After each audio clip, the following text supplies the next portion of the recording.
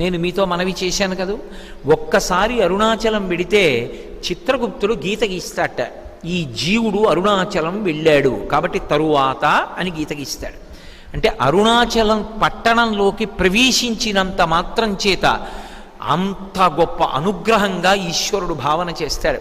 అటువంటి చోటికి వెళ్ళడం, ఆ అరుణాచలానికి అంటే అక్కడ ఉన్నటువంటి ఆ కొండకి ప్రదక్షిణం చెయ్యడం అంత గొప్ప విశేషం.